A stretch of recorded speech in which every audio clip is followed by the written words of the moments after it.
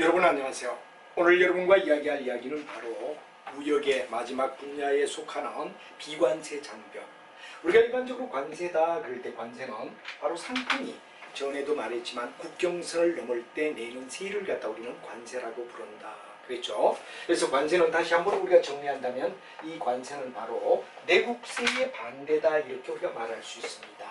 이 내국세는 일반적으로 뭐가 됩니까? 국내에서 예를 들어 여러가지 소득세라든가 또는 소비세라든가 부가가치세라든가 이런 것들은 전부 다 내국세라고 불러줍니다.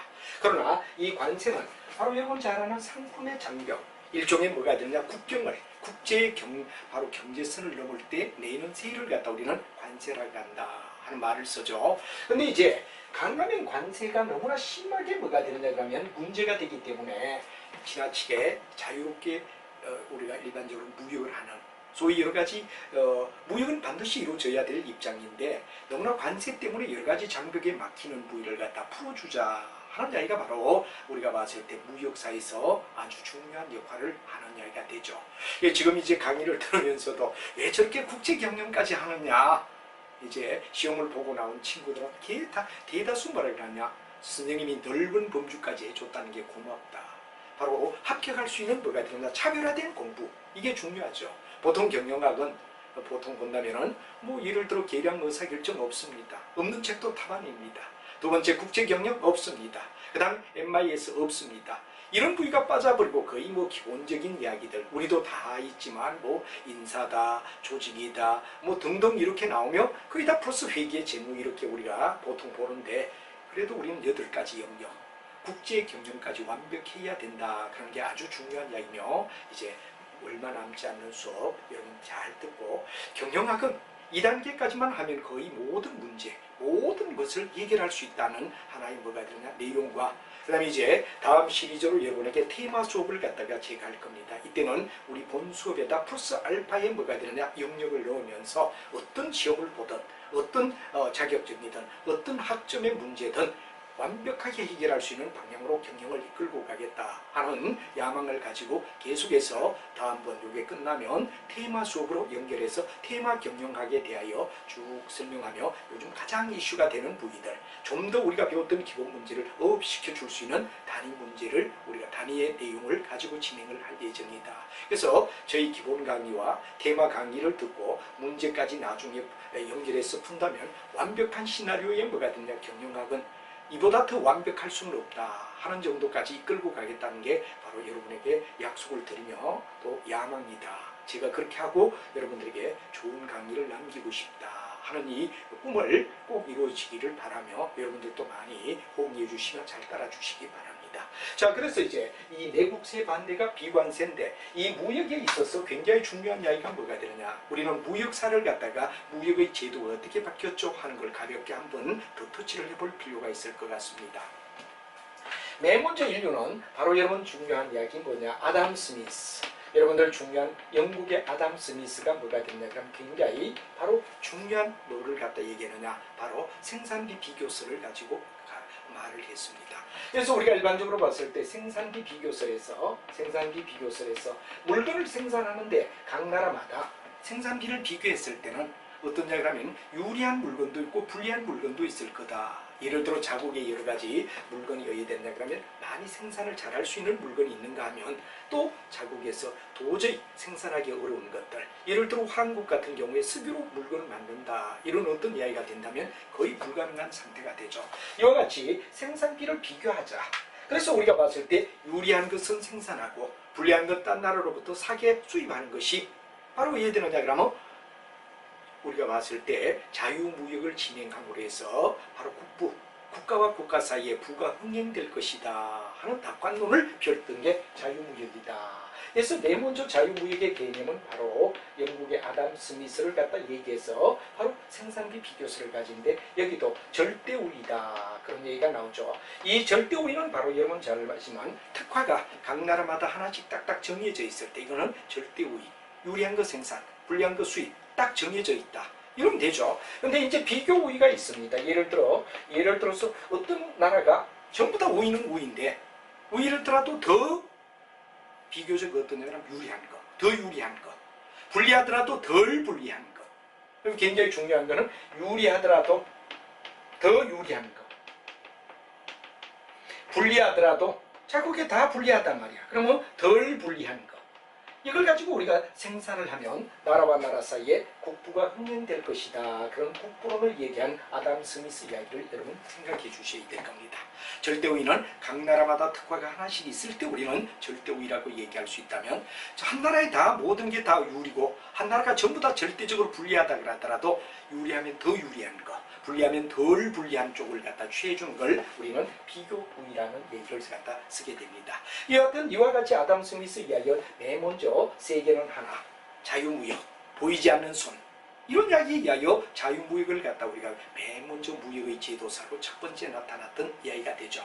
그런데 이제 이 자유무역에 의존하다 보면 항상 뭐가 되느냐 그러면 자국의 유치산업, 일종의 우리가 봤을 때 뭐가 되느냐 그러면 두 번째 이야기는 뭐가 되느냐 그러면 보호무역으로 흘러버리는 겁니다. 보호무역은 어디에 되느냐, 자국의 산업을 보호해주자. 바로 예를 들어서 우리가 아직까지는 미성수가 하더라도 계속 무역의 이야기로 수입만 하게 되면 자국의 산업은 마멸될 것이다. 그 어느 정도 자국의 산업을 갖다 보호하는 입장으로 가자 하는 게 보호무역이었다 이거죠. 그래서 보호무역은 여러분 잘 알지만 에프리스트, 이 에프리스트에 의하여 뭐가 되느냐, 독일의 에프리스트에 의하여 산업발전에는 단계가 있다 하는 이야기를 갖다 했죠. 산업발전 단계설, 산업발전 단계설. 이 산업발전 단계설을 갖다 주장하며 뭐가 되느냐 그러면 리스트, 말 그런 이름 그대로 뭐가 됩니까? 리스트, 단계라는 얘기가 되죠. 산업발전 단계설이 있다. 그래서 자국의 산업주의지만 아직까지 미성숙 하더라도 우리는 어떠냐, 이런 미성숙 산업을 갖다가 바로 보호해줄 필요가 있다. 유치산업 보호론이다 하는 말이죠. 유치하다, 미성숙하다 이거죠. 유치원 또는 유치하다 이런 말에서 미성숙한 거, 속된 말로 치아에 젖냄새가 난다, 미성숙을 얘기하죠. 자국의 산업이 미성숙하다 그래서 계속 수입만 해가지고 오게 되고 수출을 하지 않고 또는 자국의 생산을 하지 않다 보면 언젠가는 도태될 거 아니냐. 자국의 산업을 보호하는 쪽으로 가자 하는 게 보호무역이었습니다.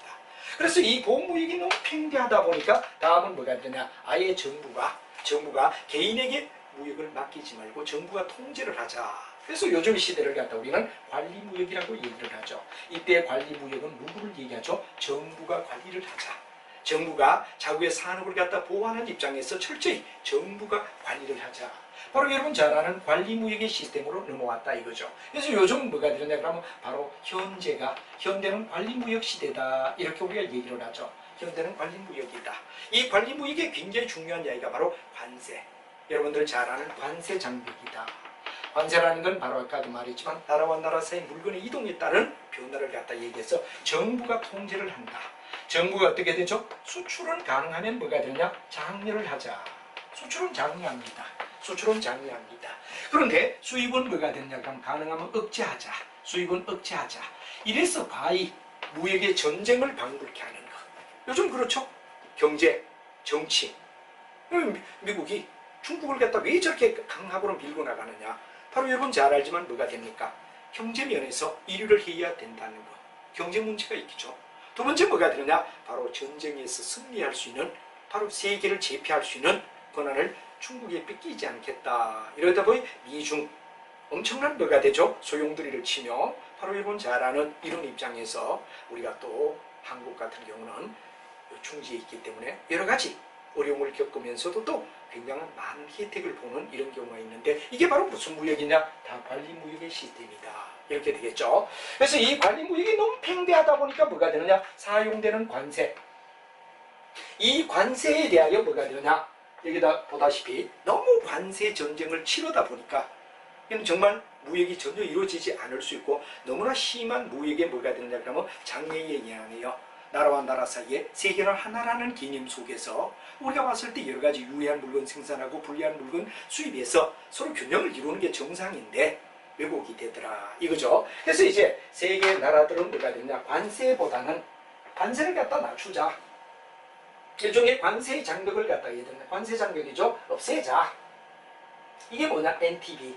여러분 잘 아는 비관세 장벽. 일종의 뭐여서 바로 관리무역이었습니다.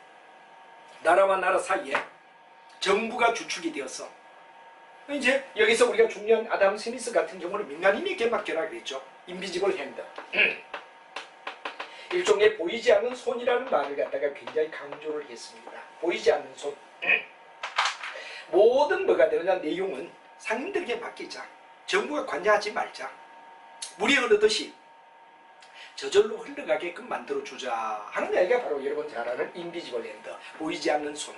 유명한 바로 아담 스미스의 보이지 않는 손.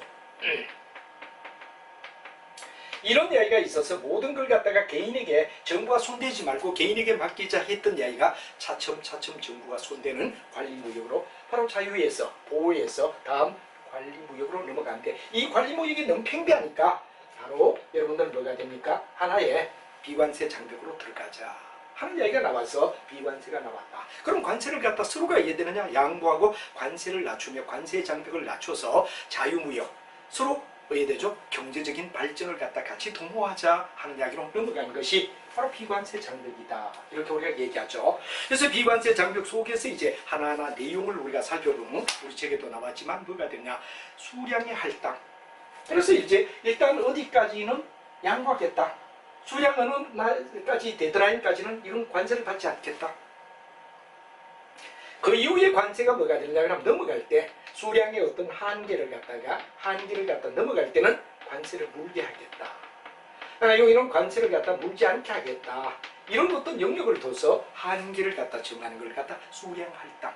몇 개까지는 봐주겠다. 양국에서 뭐에 몇 개, 뭐에 몇 개는 서로가 양보하겠다. 그러나 그 이상이 될 때는 세금을 물게 하겠다 하는 이야기가 바로 관세 할당이라는 얘기가 나오죠. 그래서 두 나라 사이에 특정 물 수입에 대하여 어느 선까지는 뭐가 되느냐 양보하고 그 이유가 될 때는 어떻게 되느냐 하면 자국의 산업을 보호하기 위하여 관세를 매기겠다. 이게 바로 수량에 대한 할당이다. 이런 얘기가 되겠죠. 다음에 수출 자율 규제는 바로 아주 자주 많이 쓰이는 얘기가 되는데 바로 수출의 물량을 일정한 수준에서 제한하는 것. 스스로 수출국과 수입국이 서로가 이해되느냐 그러면 수출국 사이에 자율적인 물량을 갖다 이해되느냐 그러면 서로가 일정 수준으로 제한하는 것. 자율에 흐르게끔 하겠다. 이제 상인들과 사이에서 어느 정도 자율성을 인정하며 수출의 자율 규제를 갖다 하게끔 한다 하는 이야기가 되죠. 그 다음에 수입의 과징금이 있습니다. 수입의 과징금. 아무래도 우리가 수입을 할 때는 과징금을 갖다 물게 된다. 그런데 이건 어떤 거냐 그럼 바로 수입을 억제를 위하여 수출 상품이 일부 또는 전부를 일종의 조세를 어떻게 되느냐 그럼 부과하는 것. 세금을 갖다 부과한다. 그런 게 바로 우리가 잘 아는 수입의 과징금입니다. 근데 모든 나라는 아까도 말했지만 수출은 장려합니다. 수입은 억제하죠. 그렇기 때문에 수입에 대하여 과징금을 물게 한다. 하지만 수출에 대해서는 세금을 물지 않게 한다 이거죠. 왜? 수출 장려 정책에서 거의 우리가 관세는 수입에 대하여 세금을 물게 하는 게 통상적 자국의 산업을 보호하기 위한 입장에서 취하는 조치다 하는 이야기를 알면 되겠죠. 그다음에 이제 정부가 뭐가 되느냐 수출에 대하여 여러 가지 부족한 부위를 도와준다. 예를 들어서 수출을 생산하는데 여러 가지 보조금을 지급해 준다. 그러면 이건 바로 수출의 보조금이라고 얘기를 하죠. 수출에 대하여 보조금을 한다. 그 다음에 수입에 대한 여러 가지 품목에 대하여 허가를 갖다가 얻도록 하자. 정부로부터 야 이거는 허가가 된다. 허가를 받도록 하는 이야기가 뭐가 되느냐 그러면 바로 하나의 또 하나의 바로 관세가 아닌 입장에서 일종의 뭐가 되느냐 이런 관세 장벽 이외에 이 관세라는 통관 하나의 어떤 절차에 의하지 않고 그 이외에도 수입을 갖다 조정하는 정책이 바로 수입의 허가제다.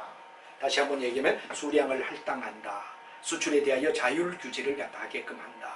수입에 대하여 과징금을 물게 한다. 수출에 대하여 보조금을 갖다가 준다. 수입에 대하여 허가를 사전에 받도록 한다. 수입에 대하여 여러 가지 뭐가 되느냐 그럼 바로 수량에 대한 할당을 한다. 이런 이야기가 뭐가 되느냐 그럼 바로 비관세 장벽이라고 얘기할 수 있다. 관세 이외 바로 수입이나 수출을 조정해주는 역할을 하는 걸 비관세 장벽이라고 불러준다 하는 이야기를 한 번쯤 깔끔하게 이해를 하는 게 매우 중요하다 하는 말을 쓸 수가 있습니다. 자, 그 다음에 이제 우리가 중요한 이야기는 뭐가 되느냐 그러면 이제 중요한 이야기는 수량에 대하여 서로가 할당하는 제도. 바로 여러분 잘 알지만 아까 이런 제도 이외에도 비관세 장벽 이외에도 수량에 대하여 미리 어떻게 되느냐 할당을 해주자 하는 이야기가 나옵니다. 수량 할당에 대한 관세.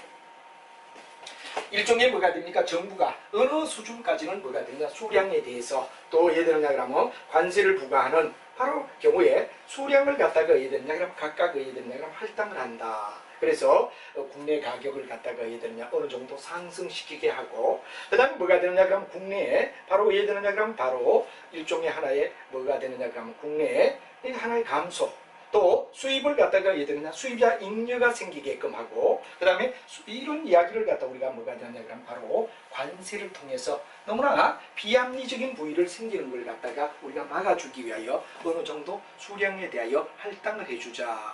그래서 일종의 하나의 보호 효과를 갖다 가지는 이야기가 되며 수량의 할당을 갖다 우리가 어디에 되느냐 그러면 하는 게 더 효율적이다. 어느 수량까지는 우리가 양보하겠다. 해서 수량 할당 관세.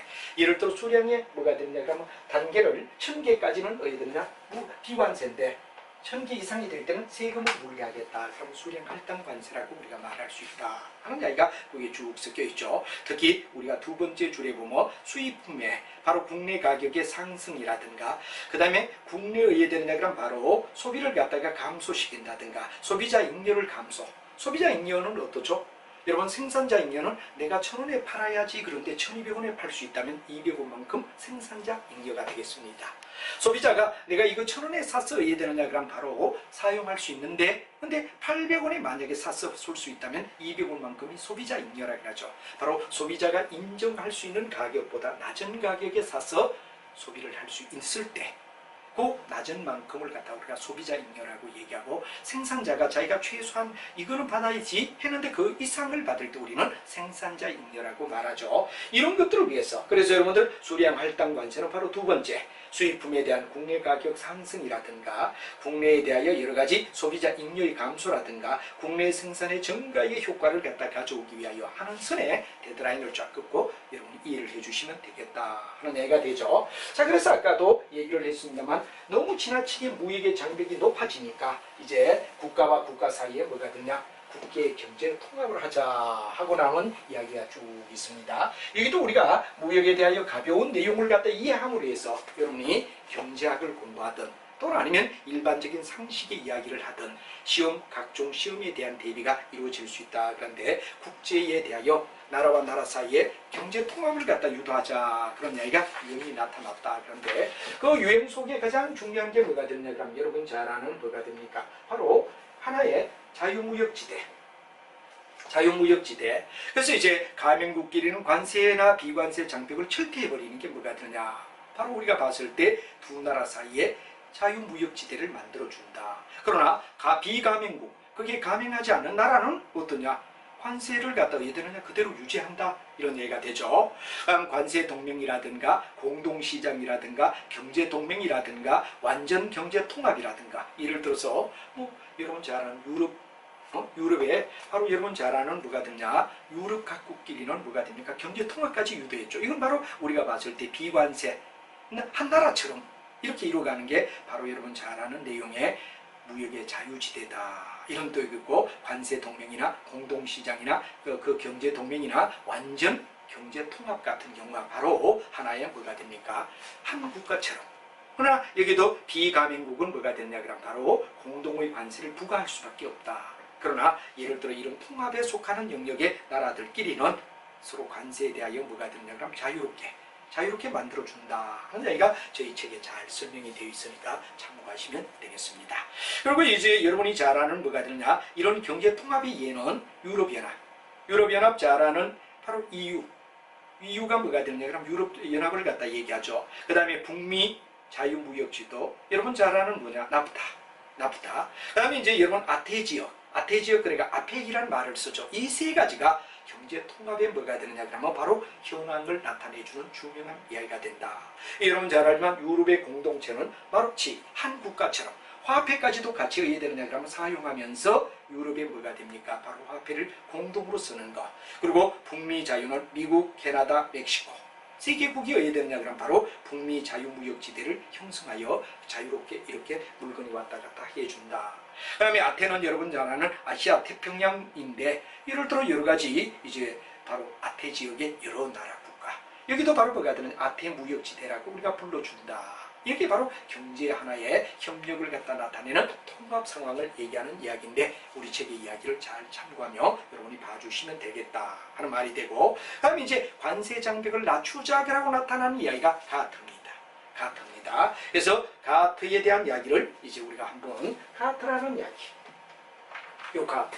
이 가트가 굉장히 중요한 이야기다 하는 이야기가 되는데 여러 가지 통합 형태를 여기서 국제 경제 통합이나 뭐 여러 가지 유형을 갖다 우리가 세 가지 유형에 있어서 나타내봤고, 그다음 가트란 말은 어떠냐? 가트가 있죠. 그래서 우리가 일반적으로 가트가 우리 무역에서 크다란 하나의 어떤 내용을 갖다 유도하다가 이 가트가 좀 더 나중에 발전된 형태가 여러분 잘 아는 요즘 와서는 가트가 더 발전된 형태 WTO로 변경되었다. 그래서 여러분이 이제 가트가 지나다 보면 WTO로 변경되어서 이건 바로 가트는 협상에 불과하다 이러면 여기는 법적 제재가 없습니다. 그러나 WTO는 뭐가 되냐? 법적 제재를 강력하게 제동 걸 수 있고, 여기는 뭐냐? 그러면 거의 대다수가 공산품만 취급한다. 그러면 WTO가 뭐가 되느냐? 바로 여러 가지 모든 지적재산권까지 다 취급하는 내용으로 WTO로 발전되었다 하는 이야기로 설명이 연결이 되는데, 가트부터 우리가 한번 생각을 해보자 이거죠. 가트부터 우리가 생각해보자 하는 이야기를 드리겠습니다. 자, 결국은 바로 자유무역에서 보호무역으로 넘어가고 보호무역에서 관리무역으로 가다 보니까 관세가 너무 높은 것을 어떻든 자유롭게 이루어지고 관세 장벽을 철폐하자 하는 데서 바로 무역에 의해서 세계를 갖다가 전부 다 어떻게 하자 이런 이야기. 무역의 장벽을 낮춰서 자유무역으로 돌아가자는 게 가트의 본래 뜻이다 이거죠. 근데 이게 강력한 어떤 다자간의 어떤 기본 협상이 잘 이루어지지가 못하고 요즘 와서는 강력한 파워가 없다고 WTO로 넘어가게 되었다. 그래서 세계 자유무역화가 중요하다. 왜? 나라와 나라 사이에 궁극을 해야 되죠. 수입과 수출을 적절히 한다면 세계적인 부가 흥행된다는 바로 아담 스미스의 바로 자유무역론이 설득력을 가지기 때문에 그렇다 이거죠. 그래서 바로 가트와 WTO라는 얘기가 나왔다 하는 얘기가 되고, 가트 속에서 보면 가트는 바로 관세무역의 장벽을 내리자, 관세무역에 관한 일반협정이라는 말로 시작이 되가 1947년도에 의되느냐 그러면 미국이 주도하게 되며 가트라는 이야기가 나오게 되었다. 관세장벽을 철폐하자, 관세장벽을 낮추자 하는 이야기였죠. 그래서 여러분 잘 알지만 바로 이런 내용 속에서는 어떤 자유무역을 촉진하기 위해서 차별이 없는, 누구든 똑같이 차별 없는 이런 무역의 제도를 가져가자. 그래서 바로 자유무역에 대해서는 예외를 갖다 해야 되느냐 그럼 관세동맹이나 자유무역에 대해서 바로 예외를 어느 정도 인정하지만 가능하면 무차별 원칙을 중심으로 하자 하는 제도가 가트였다 이거죠. 그래서 이제 이런 가트는 바로 여러분 잘 알지만 무역협상에서 바로 관세와 비관세 장벽을 갖다 철폐하자 여기에 기여하게 되고, 그 다음에 이제 거기에 여러 가지가 있지만 케네디 라운드라든가 동경 라운드라든가 우크라이 라운드라든가 이런 세계적인 회의를 거치며 점진적으로 더 발전되었다. 그래서 이제 가장 대표적인 얘기가 바로 남북 문제. 이 남북의 문제는 우리 남한과 북한의 문제가 아니라 선진국과 후진국을 갖다 얘기할 때 남북무역이라고 얘기를 하죠. 비교적 선진국이 어디에 되느냐 그러면 바로 북반구에 있는 나라들. 그러나 후반구는 어디에 되느냐 남반부에 있는 이야기들. 바로 적도나 북극, 양극에 속하는 쪽은 아무래도 사람들이 문화가 발전 못되고 경제가 발전 못되다 보니까 후진국 개념이라면 거의 의해야 되느냐 그러면 북쪽에 있는 쪽은 선진국의 개념, 즉 선진국과 후진국 사이에 일어나는 무역의 어떤 관계, 바로 선진국과 후진국의 차이점을 해결하기 위하여 나온 게 뭐가 되느냐 남북무역이었다. 그리고 남북무역에 굉장히 중요한 건 유엔에서 의해야 되느냐 운타트라는 바로 여러분 잘 아는 뭐가 됩니까? 기구가 생기게 되어서 선진국과 후진국 사이에 일어나는 문제를 해결하자. 그러고 나온 게 바로 여러분 잘 아는 유엔의 무역개발회의다 하는 이야기를 알아두고, 그 다음에 이제 여러 가지 후진국에 대하여 무상이라든가 장기 저리 원조를 준다 하는 게 1번 이야기가 되고, 2번은 후진국들이 수출품을 통하여 농산물 가격을 어느 정도 해야 되느냐 바로 안정을 취하게끔 만들어주자.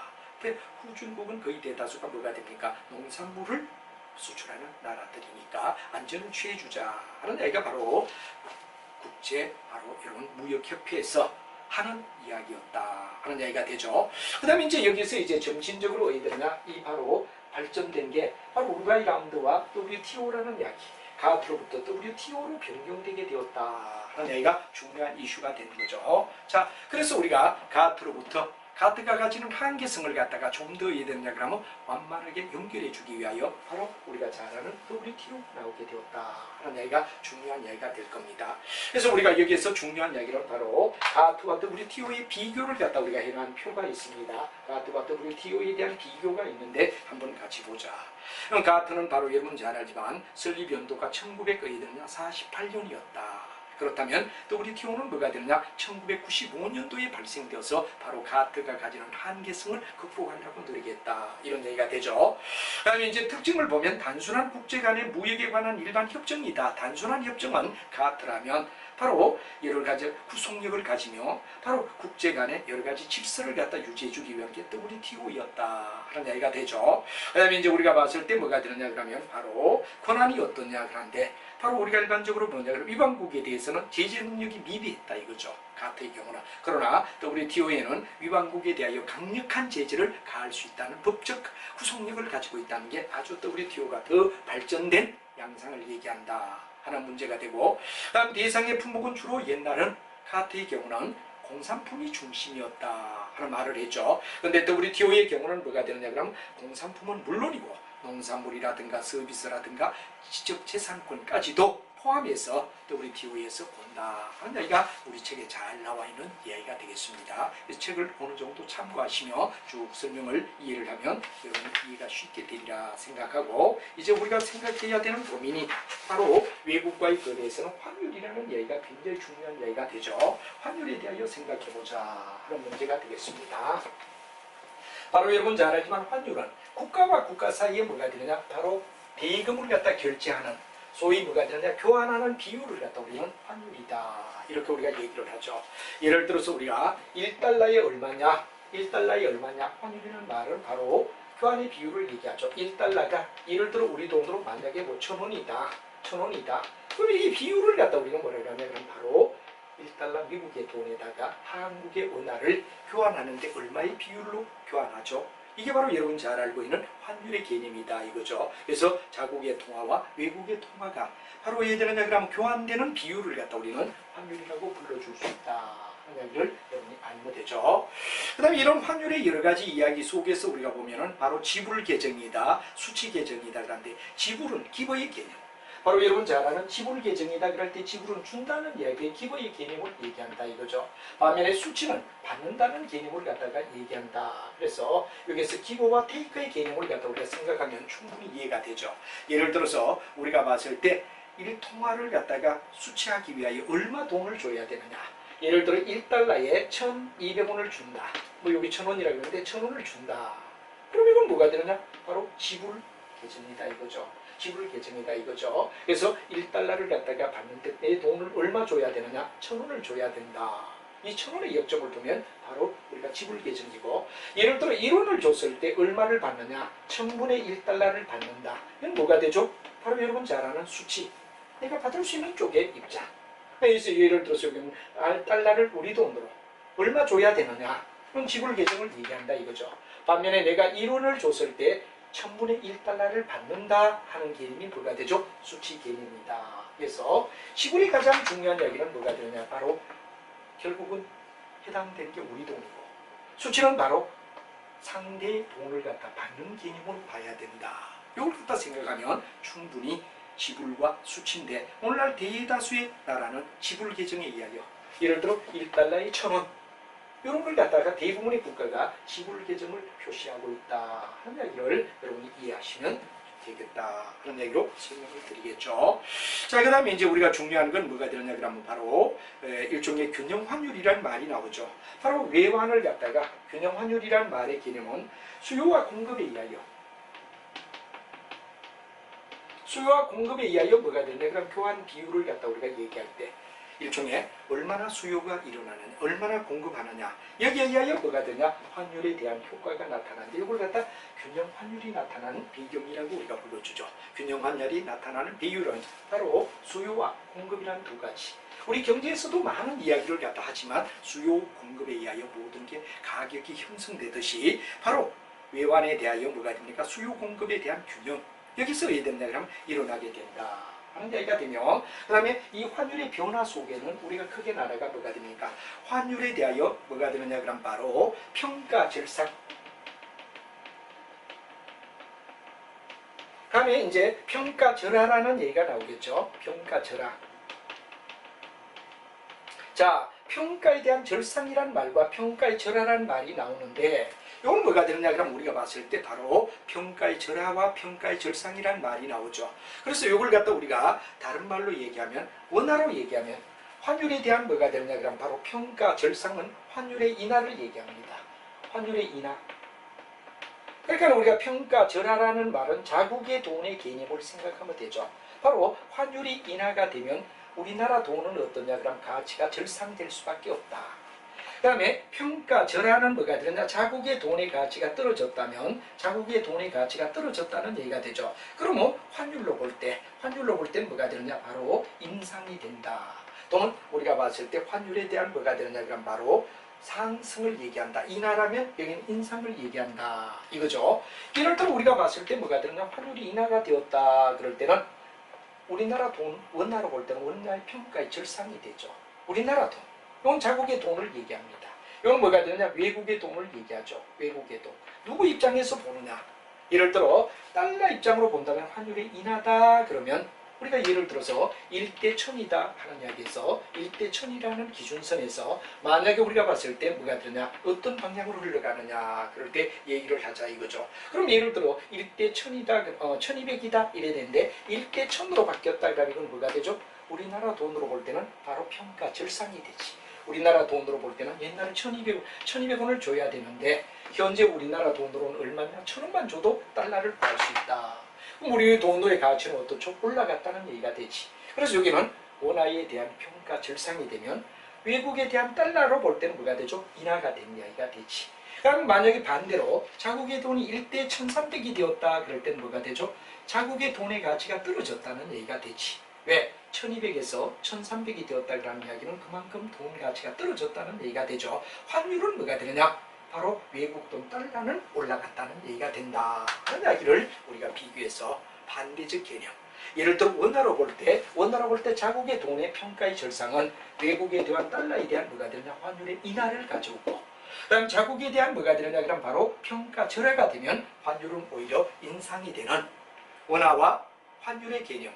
원화는 바로 자국 평가에 대한 이야기는 바로 자국의 돈인 우리나라 돈을 얘기하고, 환율은 바로 뭐가 되느냐 그러면 달러를 얘기한다. 이렇게 가볍게 우리는 빠른 속도로 한번 정리를 할 수가 있다. 이런 얘기가 되겠죠. 자, 그래서 환율은 이렇게 변화를 할 수 있고, 내가 받느냐 주느냐 이야기. 1달러를 1000원 준다 지불이지.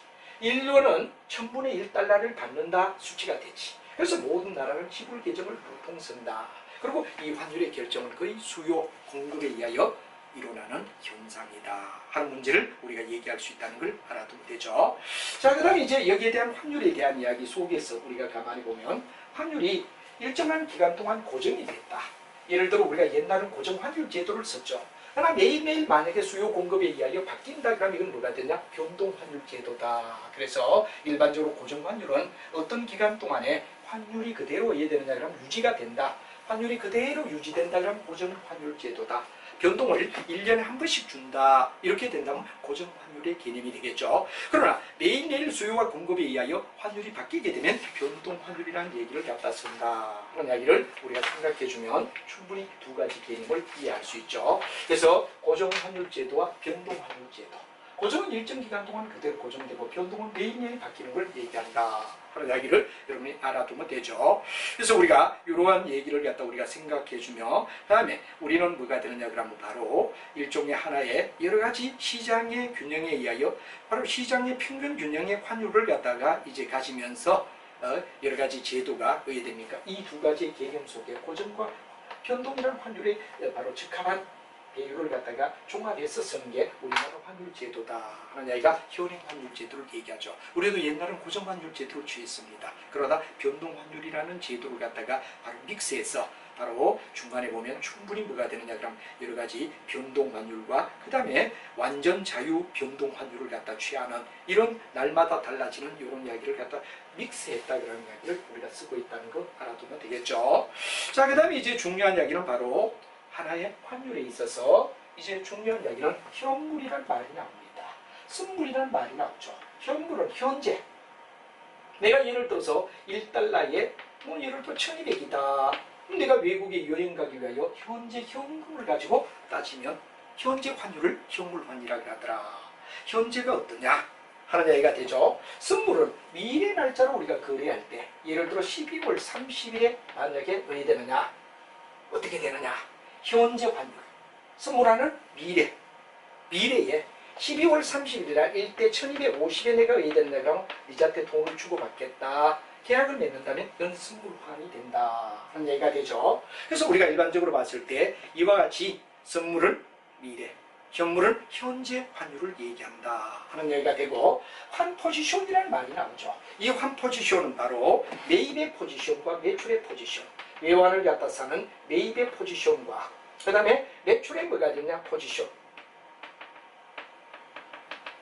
이 두 가지를 갖다가 해야 되느냐 그럼 믹스했을 때 매입의 포지션과 매출의 포지션이라는 두 가지를 갖다가 절충한 형태를 갖다 우리는 뭐라고 하냐 바로 환 포지션이다. 그래서 적절하게 매입과 매출이라는 균형을 갖다 취해서 어느 정도 자기의 예대죠 이익을 갖다 추구해 나가는 형태를 갖다 우리는 뭐라고 하죠 하나의 환 포지션이라고 얘기를 하더라 하는 말이 되죠. 그럼 이제 우리가 중요한 이야기는 헤징이라는 말이 나옵니다. 헤징은 바로 여러분 중요한 환율에 대한 위험, 환율에 대한 위험을 갖다가 어떻게 됐냐 그럼 울타리를 치자. 이 울타리를 치는 걸 갖다 우리는 뭐라고 하냐 그럼 바로 하나의 헤징이라는 얘기를 쓰죠. 헤징이라는 말은 바로 우리가 잘 아는 울타리다. 위험으로부터 자기를 보호하기 위한 방안을 갖다 우리는 헤징이라고 우리가 불러준다 하는 말이 되죠. 여기 헤징은 바로 여러분이 잘 알지만 현물과 선물을 적절하게 어떻게 된다 그러면 바로 어떻습니까? 바로 취한다. 그래서 우리가 현물과 선물이라는 두 가지를 갖다 어느 정도 적절히 취하며 바로 반대 포지션을 취하는 경우가 있는데 여기다가 뭐가 되느냐 그러면 우리가 또 하나의 스왑이라는 제도가 나오죠. 스왑. 이 스왑은 바로 여러분들 나중에 재무관리 쪽에서 스왑은 뭐가 되죠? 하나의 바로 선물 거래의 대상이 되는 소위 우리가 일종의 뭐가 되냐 현물보다는 신용거래나 새롭게 생긴 뭐가 되느냐 파생상품이라고 불러주죠. 파생상품이 뭐가 되느냐 옵션, 선물, 스왑. 이 스왑은 이런 얘기가 됩니다. 현재 1대 1200으로 내가 너에게 100달러를 갖다가 판다. 현재는. 근데 연말에 가서 12월 31일 날 1대 1250으로 다시 100달러를 갖다 사주겠다. 이때는 셀링입니다. 셀링은 언제? 현재. 이런 비율로. 근데 미래에 의해 듣는 비율은 바잉. 이건 바잉을 얘기하는 거예요. 이때 가면 내가 사줄게. 그래서 하나의 계약 속에서 셀링과 바잉이 두 가지가 의해 듣는 겸하는 거. 현재 내가 1대 1000으로 니한테 팔지만 연말에 가서 1250에 다시 사줄게. 재매입해 주겠다. 이때 환은 바로 여러분 중요한 스왑을 환이란 말을 쓰죠. 환이란 말은 바로 우리가 봤을 때 거꾸로 되돌려 환매매라고 얘기를 합니다. 환매매. 그래서 달러에 대한 환매매를 갖다 우리는 뭐라고 하냐 스왑이란 말을 갖다 쓰더라. 그래서 여러분들 나중에 주식을 사고 파는 옵션의 거래, 그 다음에 여러가지 국제 곡물이나 국제 여러가지 공산품을 갖다 서로가 이랬냐 선물 매매하는 국제 거래단, 국제 무역상들이 서로가 하는 여러분 잘 아는 선물 거래. 그리고 이제 외환을 가지고 현재는 얼마로 하는데 내가 다음에 다시 사줄게. 이 단순한 선물은 미래 날짜입니다. 근데 이건 어디가 현재 파는데 셀링을 하는데 12월 30일 다시 내가 사줄게. 셀링과 바잉을 동시에 하는 걸 갖다 우리는 뭐라고 하냐 바로 중요한 스왑이라고 얘기를 하더라. 환거래라고 얘기하죠. 이때 환은 다시 거꾸로 지금은 현재 셀링하지만 나중에 다시 사주겠노라. 그래서 매출과 매입이란 두 가지를 동시에 할 때 이걸 바로 우리가 잘 아는 파생상품에 나오는 이야기가 되며 바로 스왑하는 이야기가 현재 1대 1200으로 내가 파는데 다시 내가 예를 되느냐 12월 30일 되면 1250에 내가 사줄게. 조건을 달리해서 셀링과 바잉을 갖다 동시에 할 때를 갖다 우리는 바로 스왑이라고 얘기하며 환매매라고 얘기를 하더라 하는 이야기를 여러분이 이해를 하시면 충분히 무슨 말인가 이해가 될 수 있다 하는 이야기를 우리가 설명할 수가 있을 겁니다. 그래서 여러분이 잘 알지만 이와 같이 환율에 대한 이야기, 오늘 우리가 얘기했던 가장 중요한 이야기는 관세. 관세는 바로 여러분 잘 아는 국경 사이에 물건의 이동에 따른 이야기인데 이 관세 장벽을 철폐해서 자유무역으로 돌아가자 하는 이야기가 이제 여러분 잘 아는 가토와 WTO까지 이야기를 했고, 그 다음에 이제 우리가 바로 환율이라는 이야기. 환율은 여러 가지 뭐가 되느냐, 그럼 외국의 돈과 자국의 돈을 바로 우리가 봤을 때 어떻게 되죠? 서로 교환하는 비율을 얘기하는데 여러 가지 이야기를 우리가 쭉 정리를 했고, 특히 이런 환 속에서 나오는 이야기가 현재 거래를 현물화, 미래 날짜의 거래는 선물화, 환 포지션은 매입과 매출의 포지션을 같이 취하는 거, 헤이징은 아까 선물과 선물을 갖다 같이 취하면서 현재는 팔지만 나중 사주겠다, 현재는 사지만 나중에 팔겠다, 이런 식의 어떤 바로 우리가 봐서 셀링과 바잉을 같이 겸하는 걸 갖다 우리는 스왑이라고 얘기하며 환율을 갖다 가지고서 어떻게 되느냐, 바로 이런 걸 환거래라고 불러준다 하는 이야기까지 이해를 하시며, 또 우리가 환율의 인상은 원화로 볼 때는 인하가 되죠. 환율의 인하는 원화로 볼 때는 인상이 되는, 우리나라 돈으로 볼 때는 가치가 올라가는 반대적 개념도 이해를 해라 하는 이야기로 설명을 드리고, 이제 다음 시간에 마지막으로 국제경영의 변화와 문제풀이로 여러분 연결하며 이제 지식강을 마무리 지으면서 가고, 나중에 테마 수업으로 연결하며 또한 경영을 더 확대해서 저희들 경영학에서 전 분야를 다 다루는 거, 빠뜨림없이 다 다룬다는 게 매우 중요합니다. 현재는 어떻죠? 경쟁시대입니다. 어떤 시험을 보든 어떤 내용을 하든 바로 남보다 앞서기 위해서는 범위를 넓혀주는 게 중요하다. 조금 더 강의가 뭐 짧게, 그 다음 간단히, 이거 좋아하면 합격 못합니다. 그리고 점수가 올라갈 수가 없습니다. 그래서 요점을 알고 이제 다음 마지막 시간 70강까지 해서 경영을 마무리 짓고 테마 수업으로서 수준을 더 높이기 위한 방법으로 가고, 나중에는 문제풀이까지도 또 심도 있게 우리가 다루는 쪽으로 차츰차츰 진행을 하도록 하겠습니다. 그래서 김성만 경영학을 들으면 최소한 어떤 문제든 다 풀 수 있다, 어떤 범위든 다 커버가 될 수 있다는 개념을 가지게끔 여러분에게 최선을 다하겠다 하는 이야기를 드리고, 이제 다음 시간에 국제경영 전략과 문제를 풀면서 경영학의 전체 우리가 총강을 하는 걸로 여러분에게 약속을 드리며 다음 시간에 만나도록 하겠습니다. 여러분 매우 수고했습니다.